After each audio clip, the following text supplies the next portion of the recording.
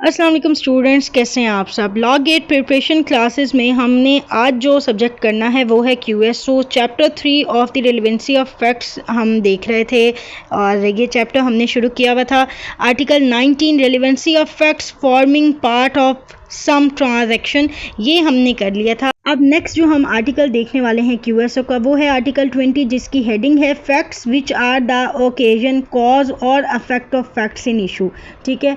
एक मामला है जो कि ज़ेरे बहस है, जो फैक्ट इन इशू है, उसको उसके होने का सबब और उस पे जो मामलात असरअंदाज होते हैं वो किस तरह से रेलिवेंट फैक्ट होते हैं, इस आर्टिकल में हम वो देखेंगे। फैक्ट्स हकीकतें, विचार द ओकेजन जो कि वाक़याती हों, कॉज सबब हों और अफेक्ट असरअंदाज हों, इमीडिएट और अदरवाइज फौरी या इसके अलावा ऑफ रेलिवेंट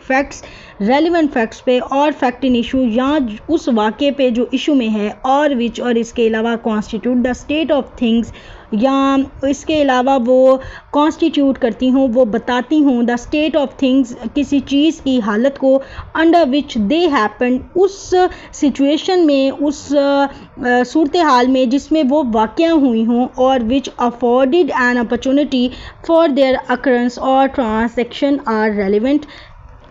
या वो हकीकतें जिन्होंने उस वाक़े को, ठीक है, उस जो है अपना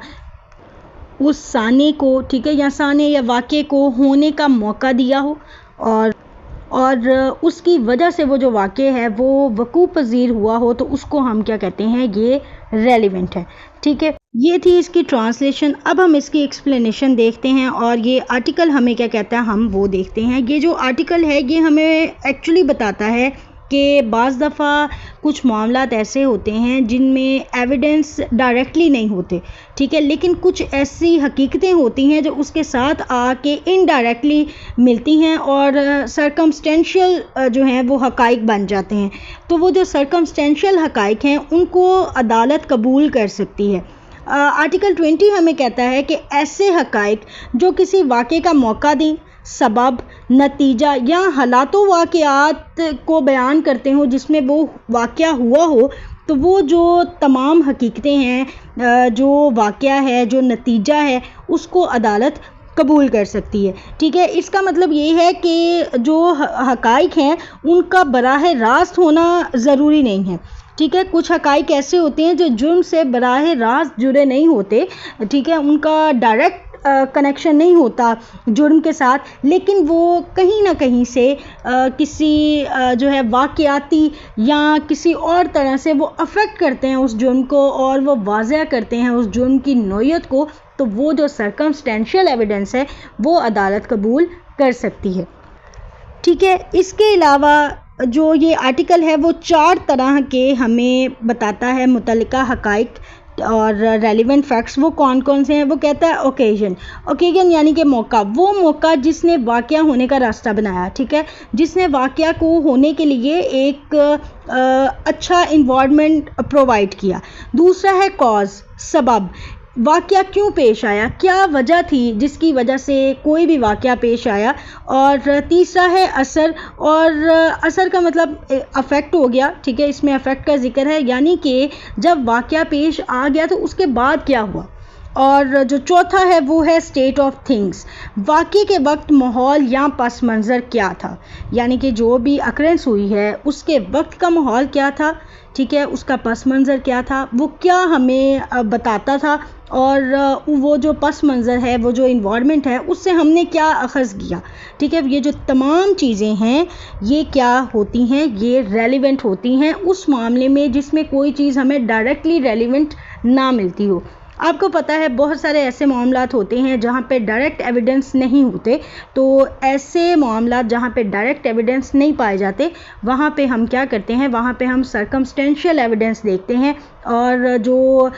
वाक़या है उसके होने का अफेक्ट, कॉज और जो वक़ूआ है, जो जगह है, वो देखते हैं कि आखिर ऐसा कौन सा सबब था जिसकी बदौलत ये वाक़या हुआ है और ये किस तरह से जो फैक्ट इन इशू है, जो असल मुतनाज़ बात है, उसके साथ रेलिवेंट है। नेक्स्ट इस आर्टिकल की इलस्ट्रेशंस हैं, 3 इलस्ट्रेशंस हैं। ये जो इसकी मिसालें होती हैं ये इंपॉर्टेंट होती हैं, आर्टिकल को समझने में आपको मदद देती हैं। दूसरा लॉ गेट के हवाले से इंपॉर्टेंट इम्पॉर्टेंट होती है, क्योंकि जिस आर्टिकल की स्टेटमेंट में से वो सवाल ना दे तो जो एग्जामिनर है वो ज़्यादातर इलस्ट्रेशन में से सवाल दे देता है। आर्टिकल 20 की इलस्ट्रेशन एक क्या बयान करती है? वो कहती है द क्वेश्चन इज, सवाल ये है, वेदर ए रॉबिट बी, ठीक है, ए ने बी की चोरी की है या उससे कोई माल छीना है, ठीक है, जिससे उर्दू में कहते हैं सरका बिल जब्र। द फैक्ट्स डैट, हकीकत के, शॉर्टली बिफोर द रॉबरी, बिल्कुल रॉबरी से पहले, B went to a fair, B जाता है एक मेले में, विद मनी, पैसों के साथ, इन हिज पोसेशन, जो उसके पास होते हैं,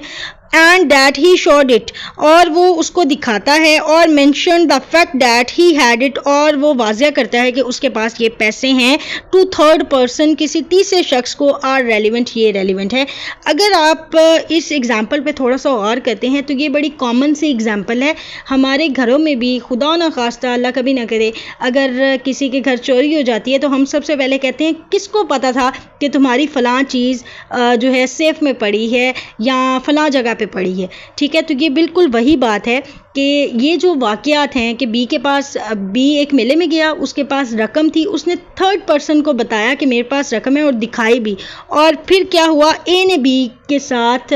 जो है ज़बरदस्ती की और सरका बिल जब्र किया, उससे उसके पैसे छीन लिए। तो इन वाक़यात में ये जो बी ने शो की है मनी, बी ने जो थर्ड पर्सन को बताया है वो क्या है, वो रेलिवेंट है। नेक्स्ट है इसकी इलस्ट्रेशन बी, वो क्या कहती है, the question is whether A murdered B, सवाल क्या है कि आया ए ने बी को मर्डर किया है, बी का कत्ल किया है, ये क्या है, ये फैक्ट इन इशू है। Marks on ground produce by struggle at or near the place where the murder was committed are relevant facts, ठीक है, वो जो स्ट्रगल की है बी ने बचाने के लिए ख़ुद को, और उसकी स्ट्रगल के नतीजे में जो आसपास निशान आए हैं या उस जगह पे निशान है जहाँ पे उसका मर्डर किया गया है, तो वो क्या है, वो रेलिवेंट हो जाएंगे, वो तमाम बातें रेलिवेंट हो जाएंगी। नेक्स्ट है इसकी इलस्ट्रेशन सी, और इलस्ट्रेशन सी क्या कहती है, the question is whether A poisoned B, ठीक है, सवाल क्या है कि आया ए ने बी को जहर दिया है। द स्टेट ऑफ बीज हेल्थ बिफोर द सिम्टम्स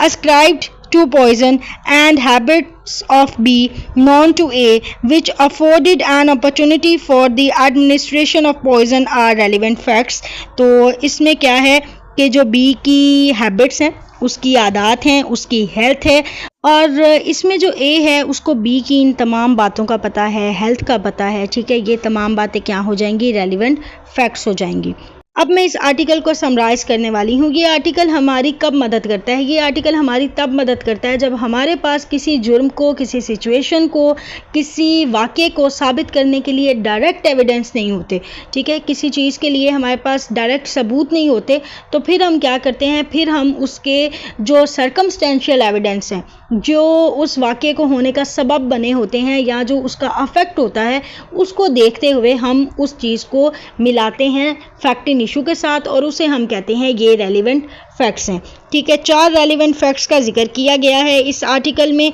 पहली है मौका, ओकेजन, दूसरी है सबब, कॉज, वो जो वाक़े को